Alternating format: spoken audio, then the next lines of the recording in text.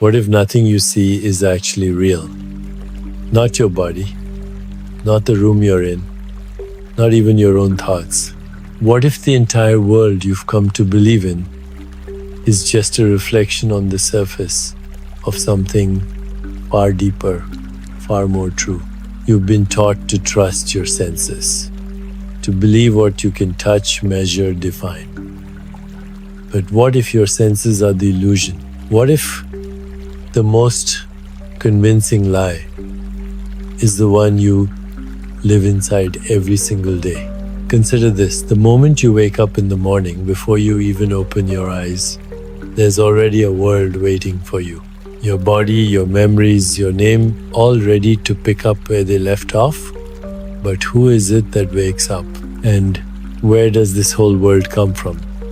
The truth most people never stop to ask is this: what if reality isn't something out there, waiting to be discovered, but something within you, waiting to be remembered? In this video, we're not just talking about awareness. We're piercing the veil. We're going beneath the flickering images of life into the source that projects it all. And once you see what's behind the curtain, you can never unsee it. Take a breath and let's begin. Close your eyes for a moment and try this. Imagine the world disappearing, not in some catastrophic science fiction sense, but gently, almost like a dream fading upon waking. Let your surroundings dissolve: the walls, the floor, the sky, the stars. Let your own body vanish.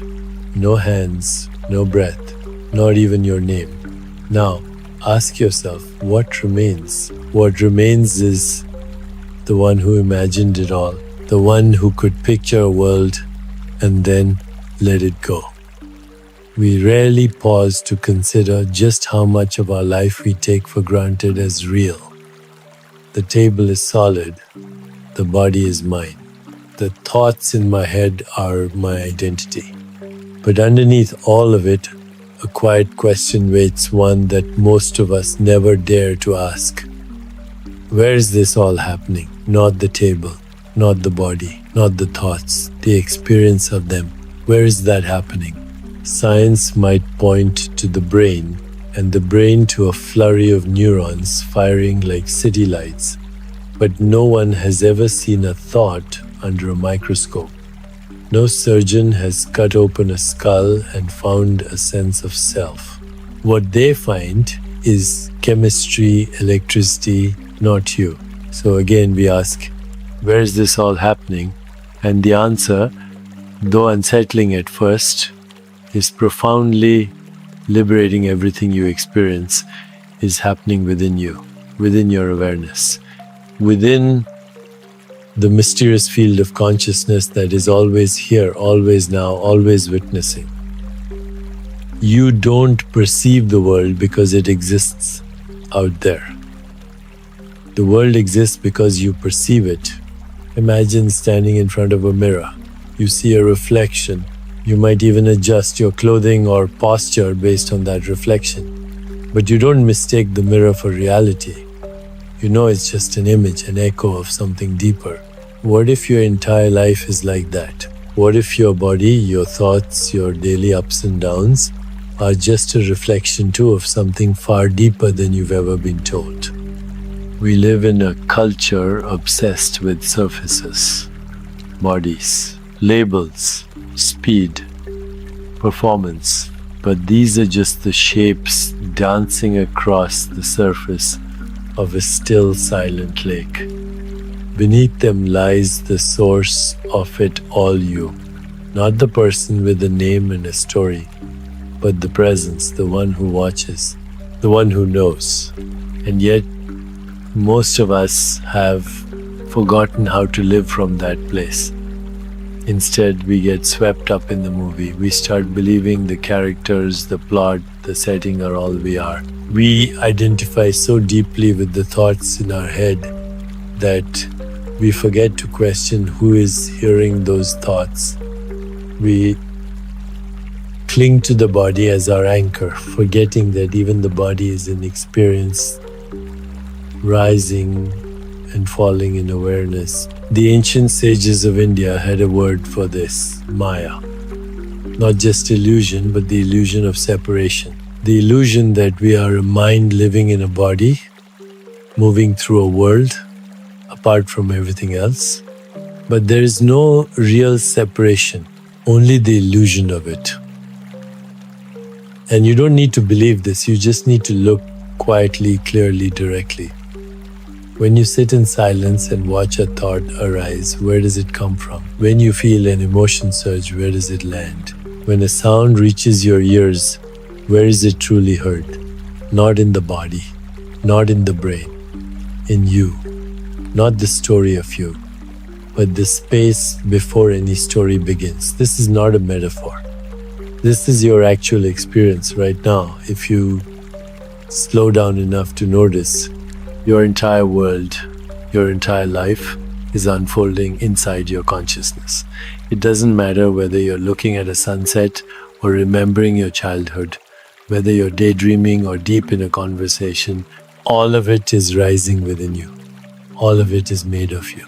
You are not in the world is in you. And once you see this not as a concept but as a living truth, you can never go back. The veil begins to lift, the grip of fear loosens, and a quiet freedom begins to bloom inside your chest. Because if the world is not separate from you, then nothing can truly be taken from you, and nothing is ever truly missing. You are not the image on the screen. You are the light behind it. You are not the waves. You are the ocean watching it all rise and fall. And so the journey begins not outward toward more information or more control, but inward, deeper, toward the source of experience itself. Tauvartyu. If you've ever watched a child playing pretend, turning pillows into mountains, a stick into a sword, or empty air into an invisible friend, you've seen something remarkable. The spontaneous creation of experience. The child knows it's not real, and yet within the game, everything becomes vividly alive. A dragon must be defeated. A kingdom must be protected. The child forgets themselves for a while, becomes immersed in the story.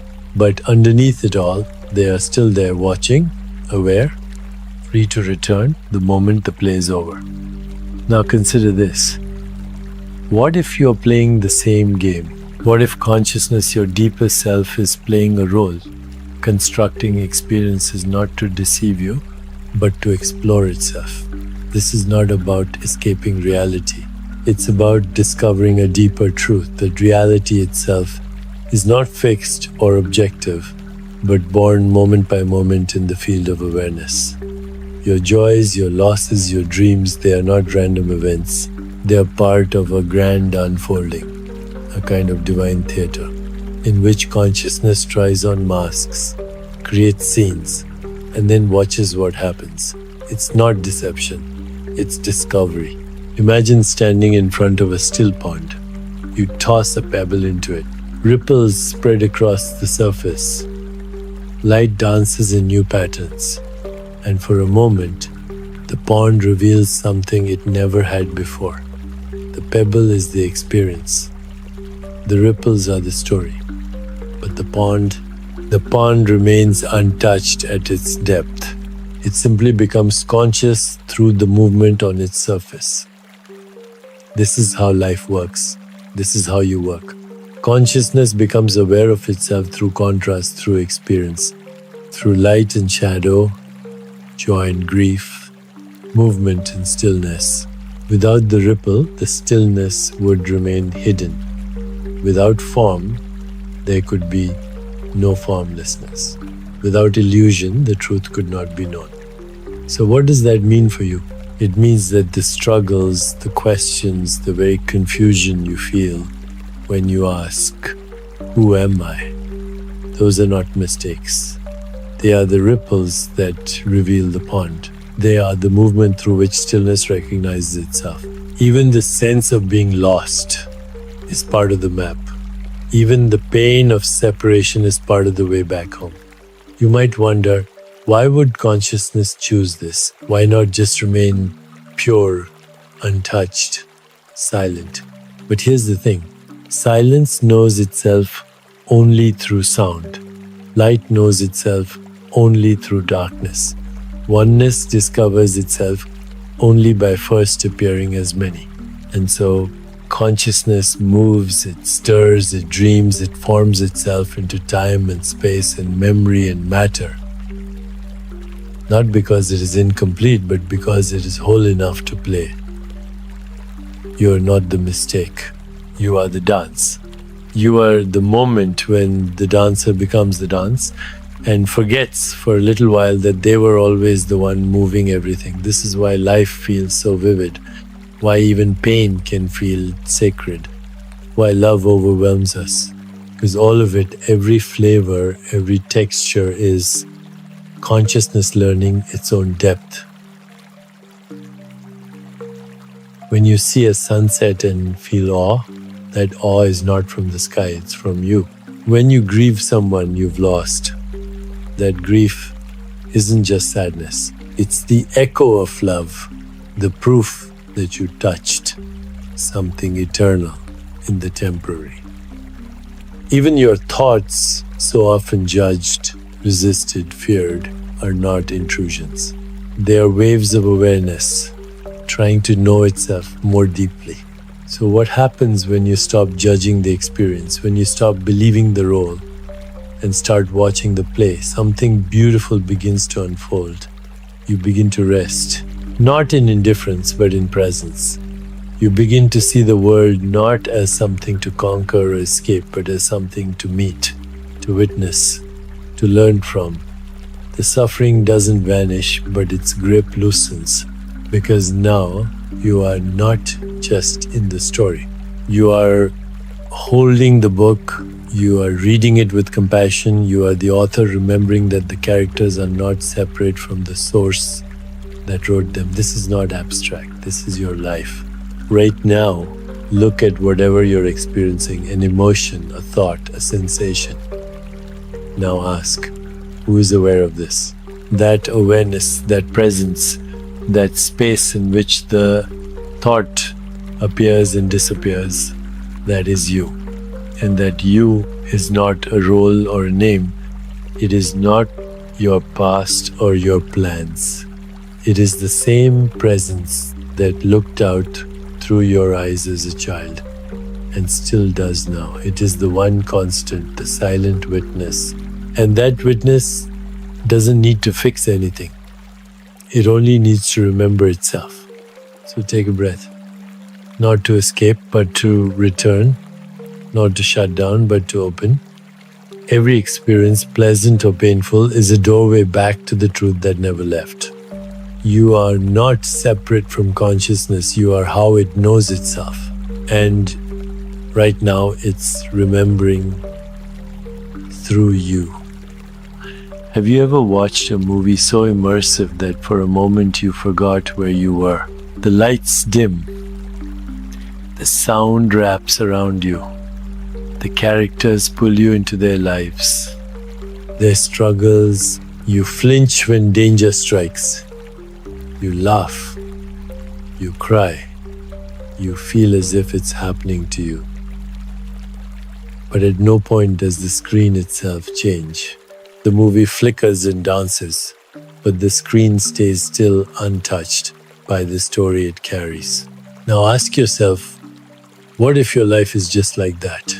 Not in a way that diminishes it, not in a way that says it's fake or unimportant, but in a way that invites you to see more clearly, to understand that what you call the real world may be no more real than a dream. That it may be a projection, vivid, emotional, rich with detail, but still a projection, a play of light on a deeper screen. The ancient seers of India call this Maya, a word often translated as illusion, but its meaning goes deeper. Maya is not just something that tricks you, it's the appearance of form in a field of formlessness. It's the dance of color and sound and sensation across the surface of awareness. It is the way the one appears as many, the infinite appears as time and space. And this isn't just spiritual poetry. Modern physics too has arrived at a place both baffling and beautiful. Quantum theory tells us that what seems solid is mostly empty, that particles don't exist in one place until observed, that the foundation of matter is not substance but probability, possibility. Your body? Mostly space. The floor beneath you? A lattice of vibrations. The entire universe? Not a fixed structure but a field of uncertainty shaped by observation. In other words, the world is not out there. It is in relationship with you. It appears through you. It depends on the act of observation, of awareness, to become what it is, just like a dream. Think about dreams. When you sleep, your mind constructs entire worlds. You walk through cities, you speak with people, you feel emotions, and yet, when you wake up, you realize it was all happening within you. Not just the thoughts, but the sights, the sounds, the body you thought was you inside the dream. And what if waking life is not so different? What if what we call waking reality is simply a more stable, more persistent dream? You're not imagining the world, but you are experiencing it entirely within the field of your own consciousness. And when you see that, when you really see it not as a concept but as a felt truth, something changes. You stop being so terrified of the movie. You stop clinging so tightly to every rise and fall in the plot. Because now you've remembered the screen, you've remembered the place in you that does not flicker. So the place that is not touched by time or opinion or circumstance, that place is not far away. It is not something you must earn. It is here, right now, beneath every sensation, beneath every thought. It is the stillness watching the movement. It is the silence beneath the sound. The mistake we make is thinking we need to find something outside of this experience to wake up. That we need a teacher or a miracle or a new identity to finally feel free. But the truth is far more simple. You only need to see that you were never the movie, you were never the actor, you were the light behind the projector. The mind will fight this. It will say, this can't be true. I feel my body. I remember my past. I see the world around me. How could it not be real? But ask yourself, where are those experiences happening? The body you feel, is it not a sensation in your awareness? The past you remember, is it not a thought appearing now? The world you see, is it not an image moving across the canvas of your mind? Everything you call real is filtered, interpreted, and experienced inside of you. And the you that knows this, that watches it all, that is the one constant, the one truth that never flickers. This is not about denying the world.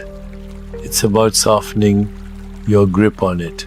It's about recognizing that everything you experience is part of a sacred, living projection, a dance of light and shadow, meant to awaken something deeper. The more you identify with the projection, the more you suffer. The more you remember the screen, the more you awaken. You begin to feel the dreamlike nature of the world, not with fear, but with wonder. The trees shimmer more vividly. The faces around you seem bathed in presence. Even your pain begins to feel like part of a larger unfolding, because now you know it's not happening to you. It's happening within you. And that realization, that shift, is the beginning of true freedom. It doesn't mean life becomes easy. It means life becomes real in a new way. Because now, instead of being trapped in the illusion, You are dancing with it. You are conscious in the dream. You are lucid. And from this lucid space, anything is possible, even waking up. Who are you really? The answer seems obvious at first. You point to your chest, say your name, remember your story. I'm me, you say. A person, a mind, a body, a voice in the world. But pause for a moment and look closer. Are you the thoughts moving through your head? The ones that say, I'm tired, or I want more, or why is this happening to me? They seem so constant, so convincing. But they also change. They contradict each other. One day you think you're strong, the next you feel broken. One moment you're full of joy, the next doubt creeps in. If your thoughts can change so easily, how could they possibly define who you are? Then maybe it's the emotions, the things you feel most deeply. The grief that sits like a stone in your stomach. The sudden warmth of love when you hear someone laugh. The panic, the shame, the hope. These too seem personal.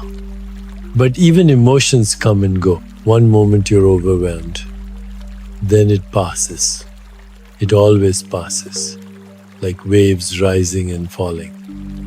If you were sadness itself, how could happiness arrive? If you were anger, how could peace return? Maybe it's the body then. That feels more solid. The heartbeat you can touch, the hands you can see, the breath you can feel moving in and out. But what happens when the body changes? When it ages, when it breaks? When you look at a photo of yourself from childhood, do you say, that wasn't me? Of course not. You still recognize the gaze in your own eyes, the presence behind the face. So again we ask, who are you if not these ever-changing parts? The answer is not something to think your way into. It's something you begin to notice. Right now, without changing anything, become aware of this moment. Not the content of it, the sounds, the thoughts, the sensations, but the fact that you're aware of it. There's something behind the thought, behind the feeling, behind even the breath. A stillness, a presence. You, not the person, but the awareness of the person, not the cloud, but the sky. That sky open, silent, boundless is who you are. Everything else is just weather. But don't be fooled, this you isn't some abstract idea. It's not spiritual fluff. It's the most direct truth you've ever known. It's the thing you've been your entire life, but rarely stopped to notice. When you were 5 years old, you had different beliefs, a different body, a different voice, but you were still you. Something watched it all unfold. Something has been present the entire time. That something doesn't age, doesn't come and go, doesn't belong to any single thought or role. That something is awareness, and that awareness doesn't live in the body lives in it. Science may say you are your brain, a network of neurons firing in patterns. But no scientist has ever found a thought in a test tube. No brain scan has ever detected joy itself. They measure correlations, but they do not explain consciousness, the miracle of experience. And here's the quiet truth, they never will. Because consciousness is not a product of the brain. It is the space in which the brain appears, just as the stars appear in the sky but do not create it. Just as dreams appear in sleep but do not define the dreamer. You are not inside your head. You are the field in which the head appears. You are not limited by skin or story. You are the open presence in which skin and story arise. This is what the sages meant when they said, you are not the body, you are not the mind. They weren't asking you to deny your humanity. They were inviting you to remember your divinity. Because once you remember, truly remember, you begin to live differently. You stop trying to hold on so tightly. You stop defending every thought, every emotion, every identity, you stop fearing change. Because you know that what you are does not change. You begin to rest in the witness, not as a way to escape life, but as a way to finally meet it. From the stillness of awareness, you can feel pain without becoming it. You can hear thought without obeying it. You can walk through life with a quiet freedom that doesn't need to prove itself. And here's the miracle. The more you rest as awareness, the more love flows through you. Not personal love, not conditional love, but love as a state of being. Love as the natural fragrance of presence. Because when you are no longer trapped in the false idea of me, you open into the truth of we. You see yourself in everyone. You feel peace without cause. You live not as a body in a world, but as the world appearing in a body. So again, ask yourself gently, who am I? Let the question fall like a stone into the still lake of your being. Let the ripples pass. Let the mind grow quiet. And then, listen, not for an answer, but for the silence that holds every answer. That silence is you. You have always been this. You will always be this. Now, simply remember, if something in you feels quieter now, if even for a moment the world seemed less heavy, less rushed, like a curtain lifted just enough for light to slip through, then let that moment stay with you. Let it echo beyond the screen, into the way you walk, the way you breathe, the way you greet yourself each morning, not as a name or a role or a thought, but as the awareness that has quietly held it all. You don't need to believe anything. You only need to keep noticing. And if this video helped you notice, even a little more helped you soften into the mystery of what you really are, then I invite you to stay with this journey. Because there is so much more space.